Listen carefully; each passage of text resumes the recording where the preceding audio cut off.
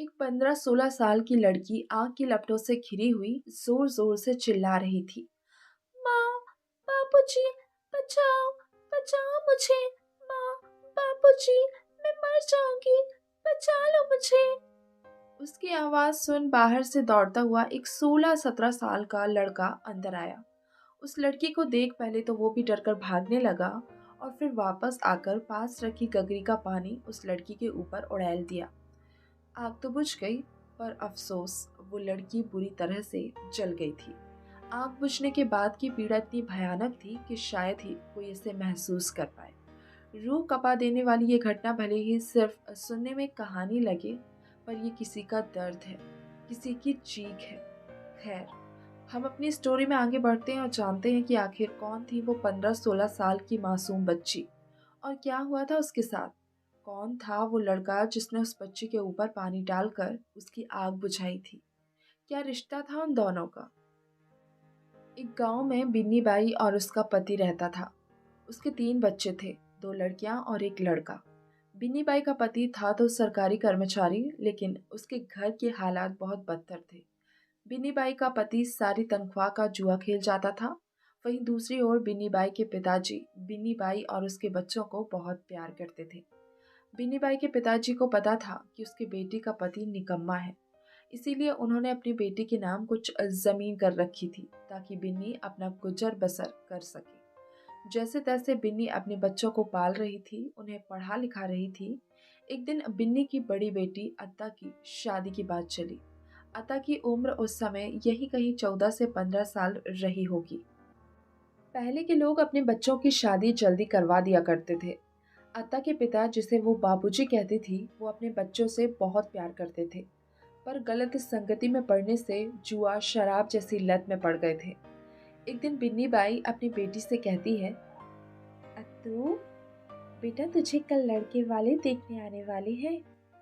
माँ, वो क्यों?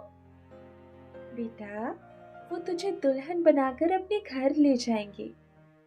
माँ, मेरी उम्र भी पढ़ने लिखने की है, खेलने कूदने की है, और तुम कहती हो शादी कर लो। नहीं माँ, मैं तुमको और बाबूजी को छोड़कर कहीं नहीं जाऊंगी।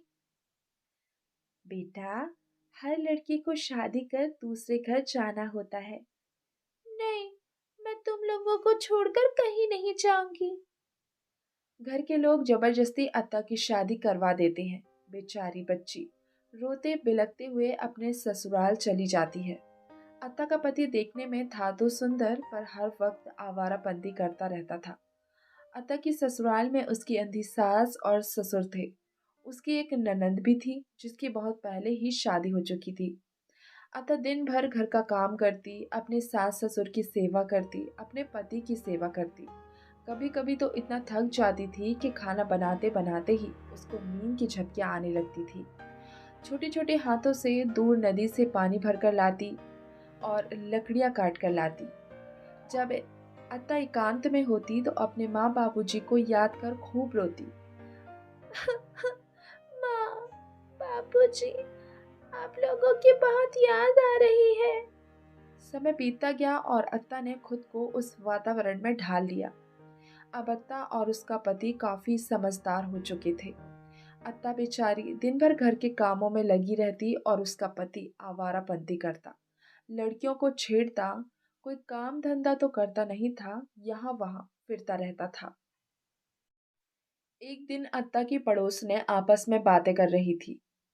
अरे सुमो, पता है, अत्ता का पति बड़ी ही बुरी नजर का इंसान है। जब देखो इसको उसको ताड़ता ही रहता है। पता नहीं बेचारी अत्ता कैसे इसके साथ अपना जीवन काटेगी। उन सभी की बातें अत्ता पीछे से सुन रही थी। उन सबको सुन उसकी आंखों में आंसू आ गए और वो घर चली गई। कुछ समय बाद अत्ता का पति आता है। अत्ता उससे कहती है, सुनिए जी, आपके बारे में गांव की औरतें काफी उल जलूल बातें करती हैं। तो तू उनकी बातें सुनती ही क्यों है? तू अपना काम पर ध्यान दे, समझी? और ज्यादा दिमाग मत लगा। कभी कभी तो खाने के लाले पड़ जाते थे। अत्ता की माँ जब कभी अपनी बेटी के ससुराल जाती तो कुछ खाने पीने की चीजें ले जाती थी। अत्ता का पति कुछ कमाता तो था नहीं, पर जो भी घर में रहता था उसको भी बेच देता था और जो पैसे मिलते उसे अपना खर्च चलाता था। एक दिन अत्ता चूल्हे में खाना पका रही थी। कढ़ाई में तेल गर्म हो रहा था। बाजू से मिट्टी का तेल रखा हुआ था। न जाने अत्ता किन ख्यालों में थी। मिट्टी के तेल की बोतल गिरी और अत्ता की पूरी साड़ी पर तेल फैल गया। अत्ता को फिर भी कुछ होश न रहा। अचानक से उसकी नजर खौलते तेल पर पड़ी। उसने जैसे ही छौंका लगाया, आग उसकी साड़ी पर लगती हुई पूरे बदन पर फैल गई। वो कुछ कर पाती उससे पहले ही आग पूरी तरह से फैल चुकी थी। उसका पति जो बाहर बैठा बैठा लड़की को ताक रहा था, दौड़ा दौड़ा आया और अत्ता पर पानी उड़ेल दिया।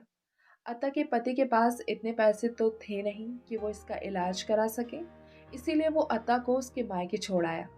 अत्ता की माँ उसे जल्दी से हॉस्पिटल ले गई, जहाँ डॉक्टरों ने उससे कहा कि आपकी बेटी 90% तक चल चुकी है, अब भगवान ही कुछ कर सकते हैं। अत्ता का ट्रीटमेंट शुरू हुआ और करीब 2 महीने के इलाज के बाद अत्ता ठीक हो गई। अत्ता का पति जिस दिन से अत्ता को हॉस्पिटल छोड़कर गया था, उस दिन से उसने अपनी शक्ल तक नहीं दिखाई थी।